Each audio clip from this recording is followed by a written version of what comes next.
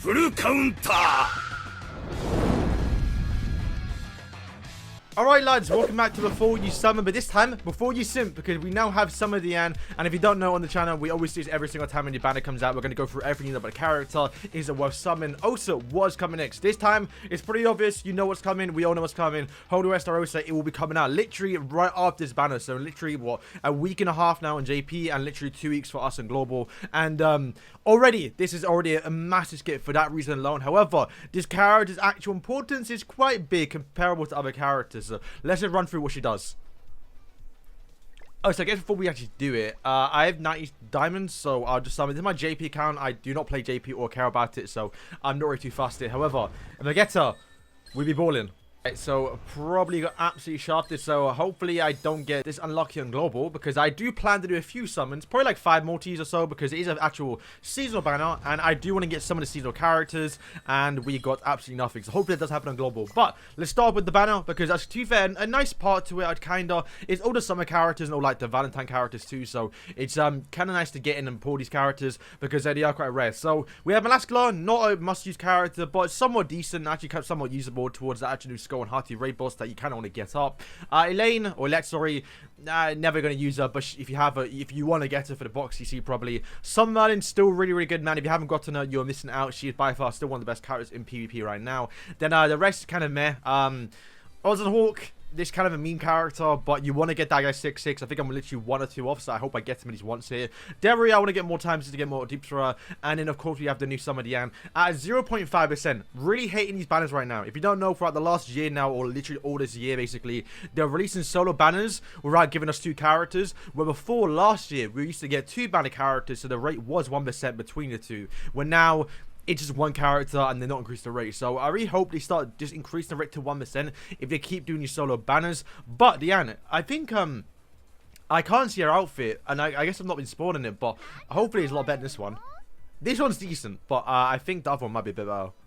Alright, so the skills. Single target amplify, also AoE power strike. A little bit noise AoE, because if it was actual single target, it would hit damage cap, where this one does enough damage for it to be usable, but, you know, a little bit like, why, you know? If she's made to clear the original demon, who is a single target boss, why give her AoE, right? But in the passive, so basically what she does is, at the start of the turn, if all eyes are different races on your team, you will rank up your hand, right? So very similar to what we have with Green Liz right now, but the difference is, we get a Arthur tier 3 for free. So literally she increases all stats or all base stats by 30% and also grants debuff me. Literally it's an Arthur tier 3. So right now if you go to help difficulty, your tier to bring in, you know, DIANE, the taunt one, just so you can tank a little bit. But your Gopher and your Arthur can get tier 3s to where your traitor melee and your actual damage characters can do some damage, where she completely skips that part and gets the guaranteed buff at the start of the turn. Also I should say as well is, if you don't have Freya, it might be even a bit of an L2, because typically you want to bring at least 1 Freya on the team, so either you bring Freya or you bring Gopher. So if you don't have Freya, then you can bring Gopher,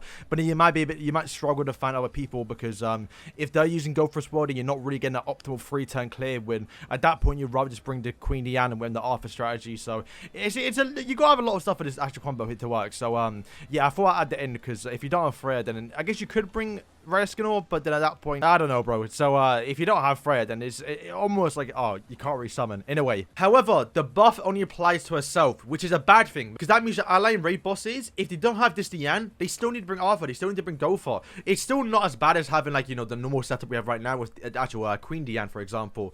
But to be fair, the original demon hell difficulty, not the hardest, to be honest with you lot.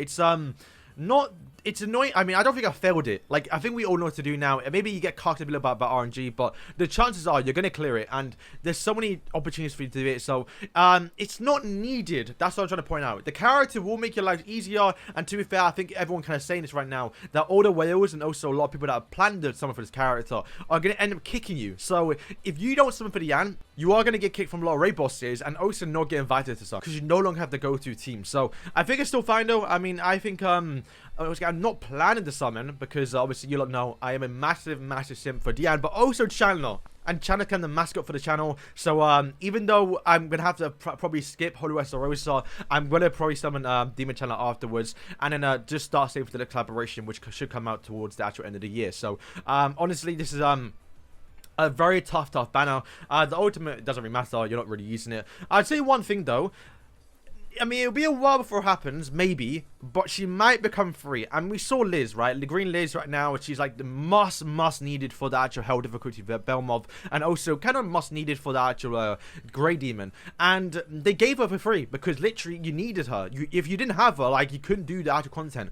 Well, this time around, you don't need Diane, although it would be better. So I could definitely say it's gonna be a while probably, but the anniversary, I know we're about to get the 2.5 anniversary of Global, but maybe for the 3 anniversary of Global, we might get a free banner with her on it, like how we got, obviously, Matrona Diane, who was a little bit more needed for the raid bosses, but I can definitely see them giving this character for free, which, or just more chances to get her. That's the kind of my point, right? Alright, so I don't believe you get any free multis, which is a little bit annoying, because it is a seasonal banner, but, I think, boys, that's basically it for Diane. She is, not a must summon, but if you are planning to do, like, you know, level 100 characters, or at least get in there and actually farm the raid boss a lot easier and kind of be stress-free about it, then do bring her. But even still, if everyone's planning to skip, if you summon and there's no one using the actual Diane, then you basically wasted your money or you wasted your diamonds, because, well, if you can't find anyone to bring Diane with and you can't find another Diane, then, you know, what's the point, right? So, personally myself, what I'll be doing, I'll be spending the £35 to get the actual 5 multis for, well, not free, but actual paid multis, and then do 5 multis, see what I get, hopefully get, obviously, her,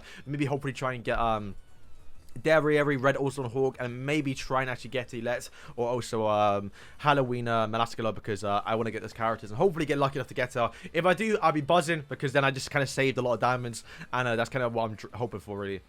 But Melascula was actually the last seasonal character, or I guess it was Brunhild, I guess you could say, and they were also on that banner. So if we are going to get another seasonal character, probably, I guess it's what, Christmas time, so literally in a few months. I say a few months, like 5-6 months now, but still, that's not that far off, right? We are probably going to get Diane to return on the banner, so you could get it then, but then you're really pushing it close, because at the end of the year, we are going to be getting probably one of the biggest characters. I'm thinking Mael, because the time has kind of added up a little bit, but normally at the end of the year, we do get massive characters with Traitor Millie and also assault videos too, so I will see how that goes. So boys, thank you for watching. Let me know what you think. Actually, let me just check the patch note, because I think alright, so we get increased resistance. Oh, that could be good, you know, because resistance in like actual PvE content is quite good, because if you hit patience, normally you can do a lot of strategies. Oh, I didn't mention it, but yeah, you can actually pick her, and she does like a little dance, which is kind of cute. I don't think they show it too much here. We are now getting the summer outfits for Merlin and also Elizabeth. I'll be buying both of them, of course, and then yeah, that is basically some new actual search features. I haven't seen these. Okay, so these got nerfed.